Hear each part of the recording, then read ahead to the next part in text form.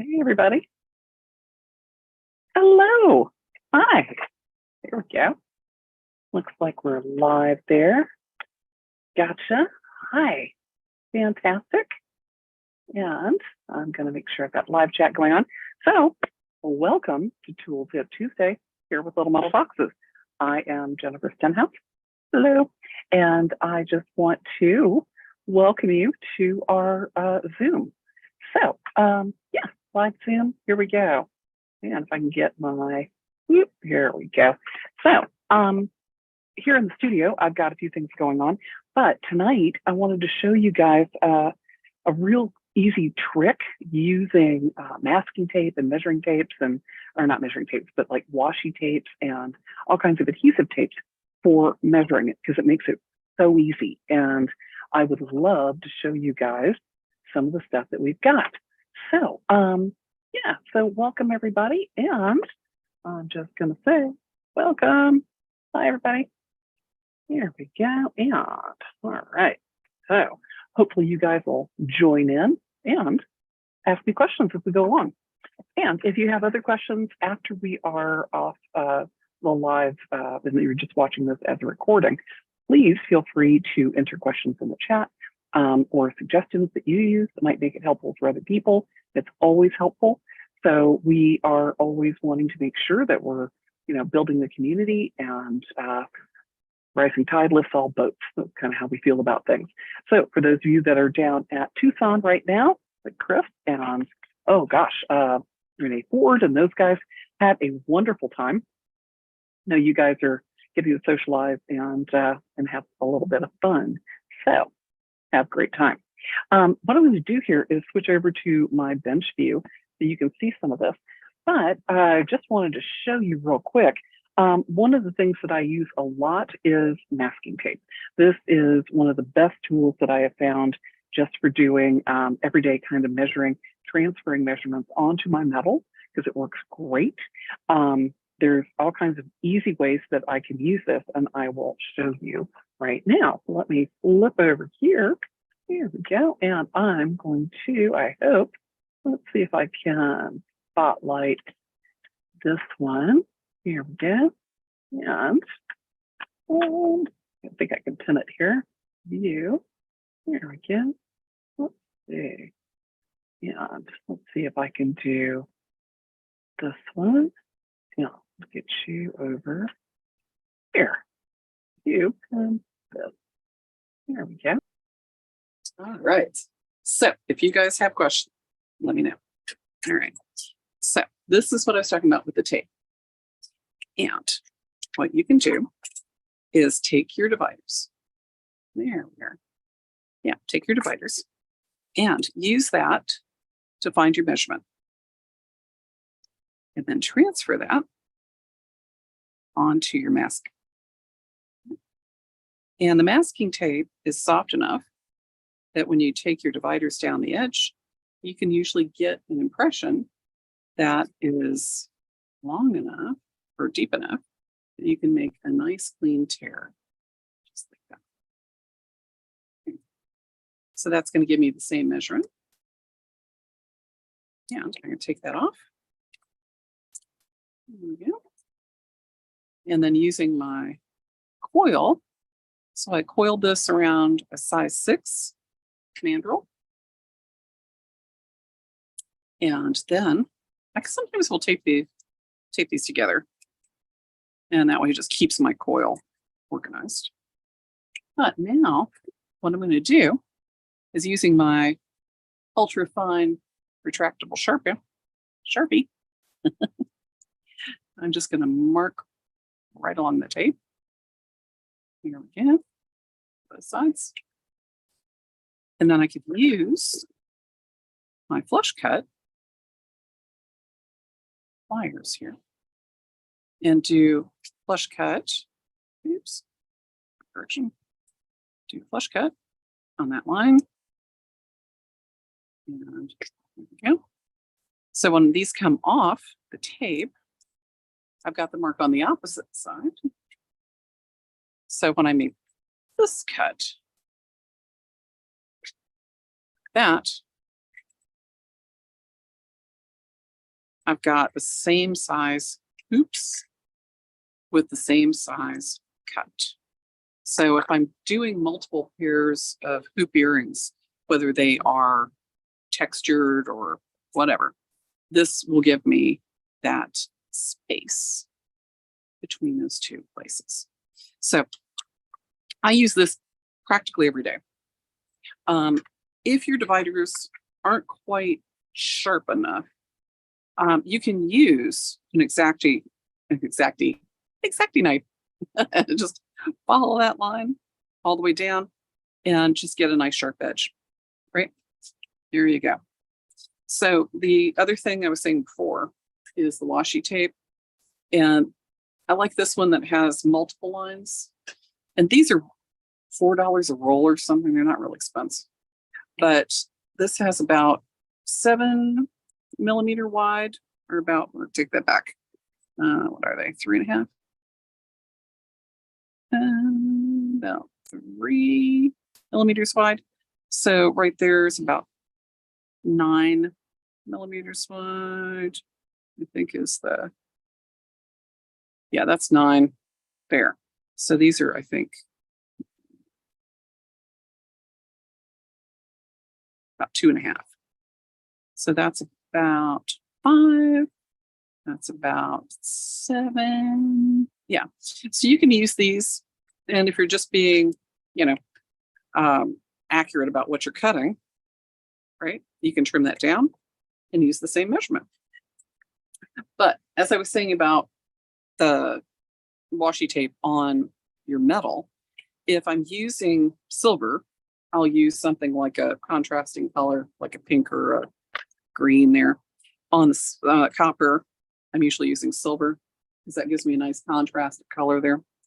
And I can write on this really easily to be able to additional marks on there. And so this gives me a real clean place to cut. So it also gives me a really nice clean line all the way down. So if I'm sawing this, it gives me a really accurate, better guide. If I'm doing a cut with a shear, this gives me a nice straight line, and the washi tape or whatever tape you've got, if it's masking tape, will protect the metal when you're doing your cut. So it really resists a little bit of the blade scraping on the edge.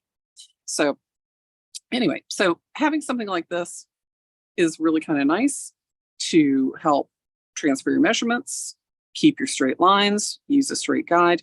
And the washi tape is not very adhesive, so it doesn't leave any residue on the surface. So yeah, and it is replaceable, removable. So if it's in the wrong place, I can make an adjustment really easily, lay it down where I need it,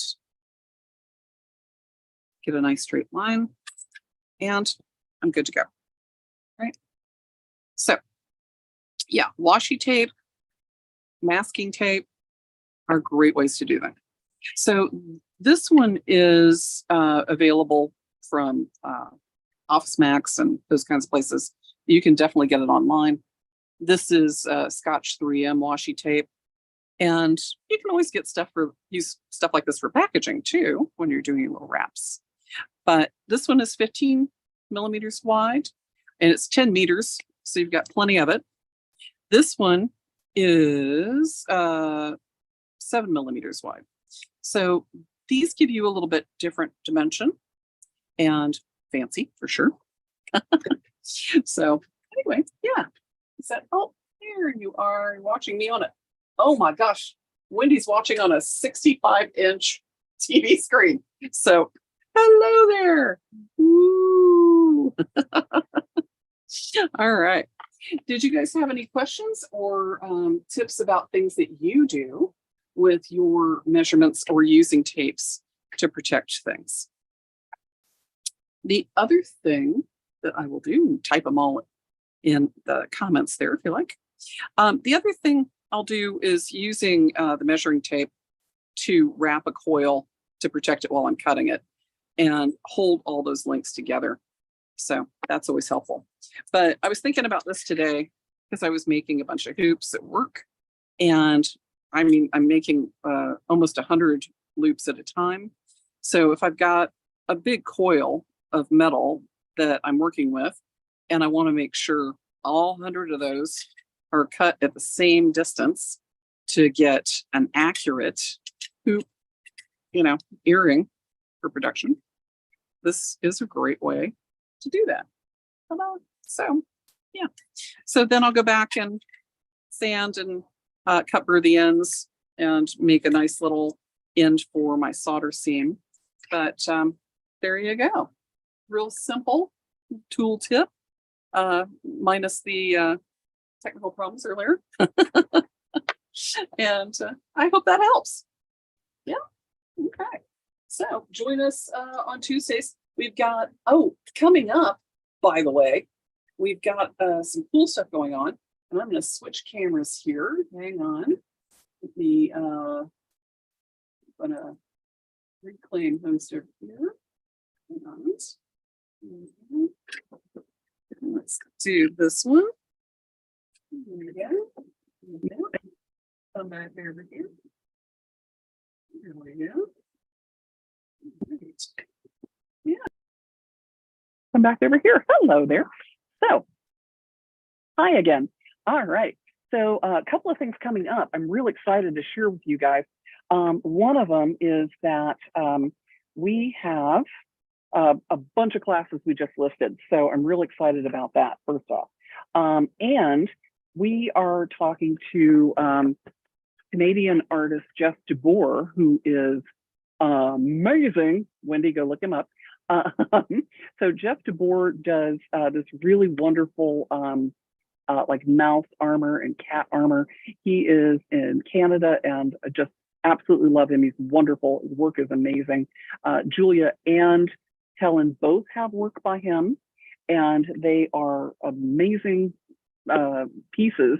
He's done some custom pieces for them, but he's going to be joining us for Tool Talk coming up and taking us through his studio. So we're very excited. So stay tuned for that. There'll be details on Instagram for sure.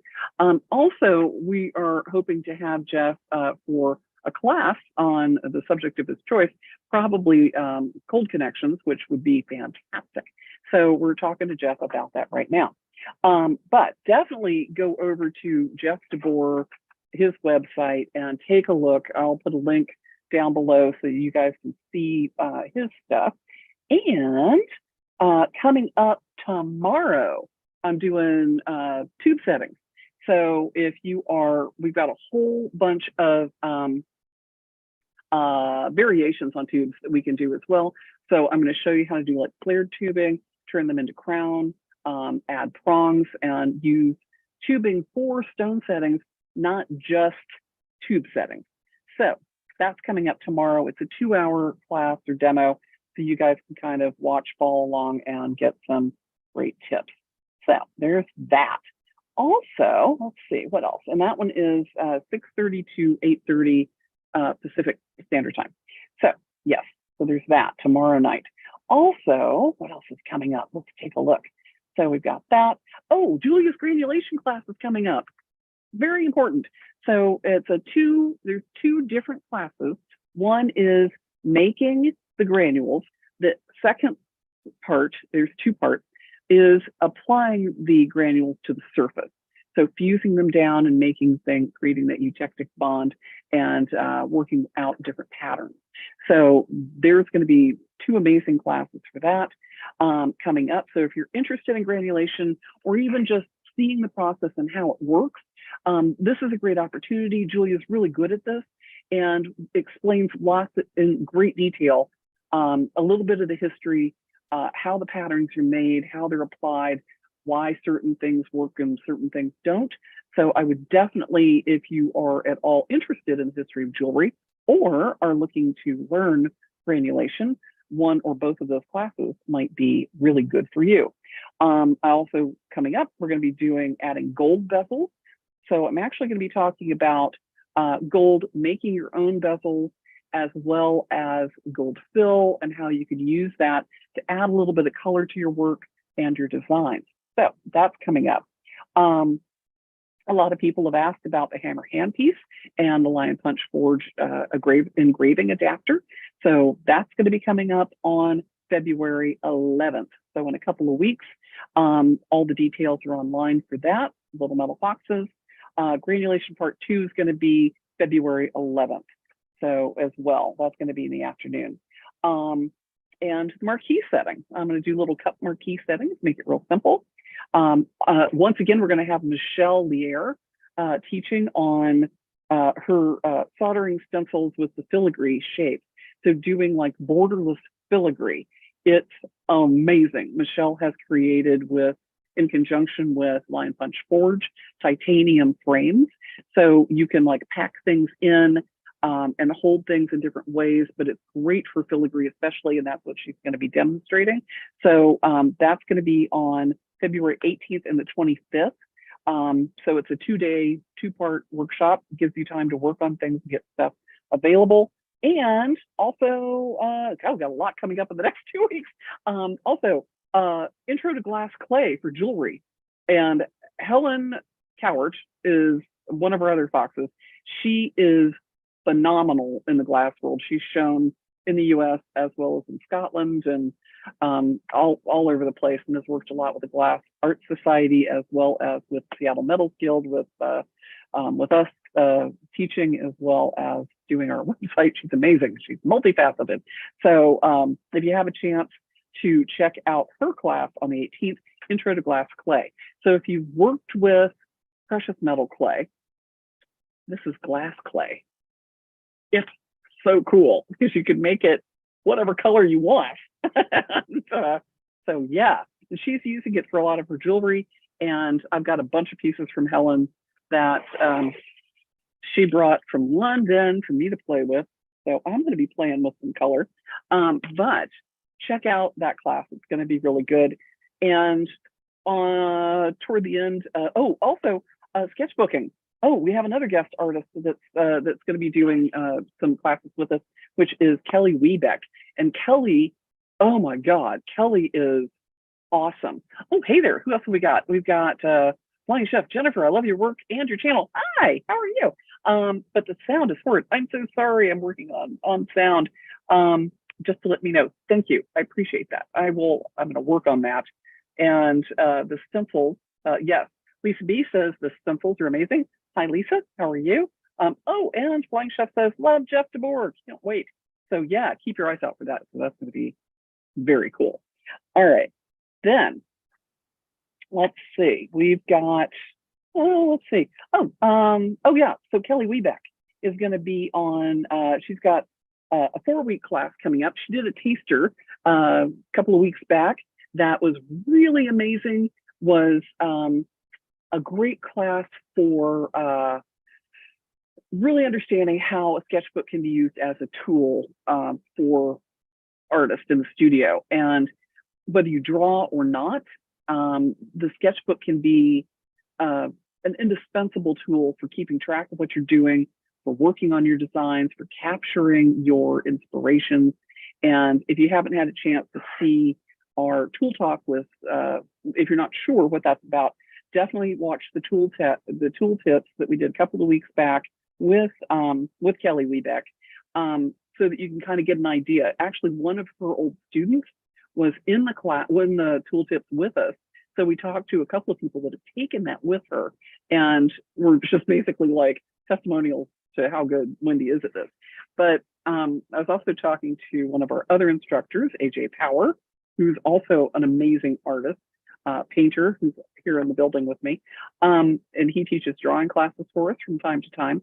And, he and I both, went to school where we were doing art. Helen does art. And so all of us have sort of grown up with sketchbooks, kind of tucked under our arm, and take for granted that we've always got a pile of sketchbooks someplace. It's really nice to have somebody like Kelly explain to people who don't use them regularly or don't know what they're for, how you can sort of incorporate them into your practice in a way that helps you remember what you're working on, helps you work out ideas, helps you figure out the logistics of what you're working on.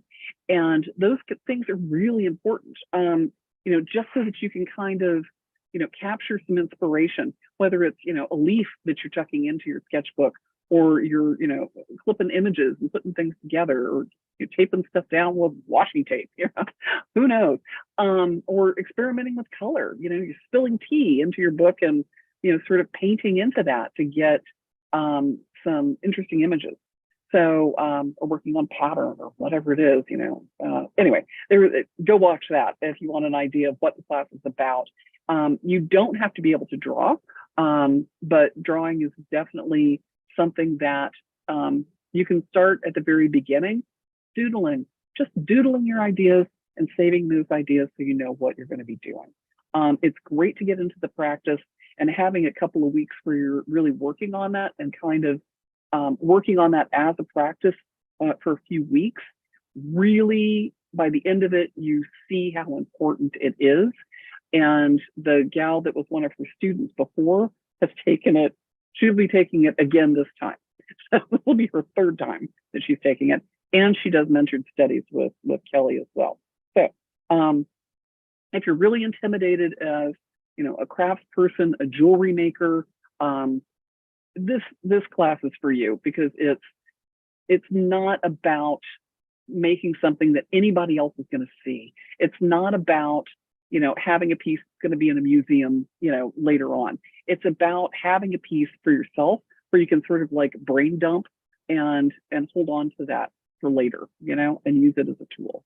So she explains it really well, gives you amazing examples, and she's going to have examples of a lot of other metalsmiths' work and how they use it. And some of it's just about like capturing line and making wire earrings, and some of it's much more detailed than that. So I hope that you guys will think about that class, because it's really going to be amazing. So anyway, so that's what's coming up in February.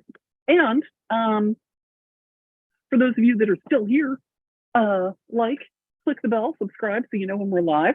And we're going to be doing maybe some playing with fire impromptu. So if you are around, you'll get an alert that says you're over in the studio doing something today. So we may be doing some slow jewelry where Julia or I or Helen is just in our studio making stuff, and you can just sort of hang out with us in the studio. So and do what we do on a daily basis. So we're going to do some of that. Anyway, I hope you guys are having a wonderful beginning to the year. Happy beginning of February. Looking forward to that, and lots more coming up. But yeah, check out the schedule, because we do have lots of classes we've just posted and lots of stuff. Yeah, playing with fire. Yes, fire is friend. So, and as always, if you have any ideas that you would like to share for today's tool tip with transferring stuff with tape or using masking tape, please add it to the comments later on. Or if you have any questions, please put them in there. And I'll add a couple of links to Jeff's website and more in the chat below afterwards. So I hope you guys have a great evening, and we'll catch you later for Tool Tip Tuesdays. Thanks a lot. Bye.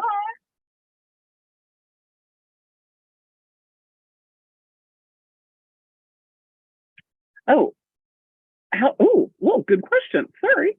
Let's see. Flying Chef. Me again. Hello.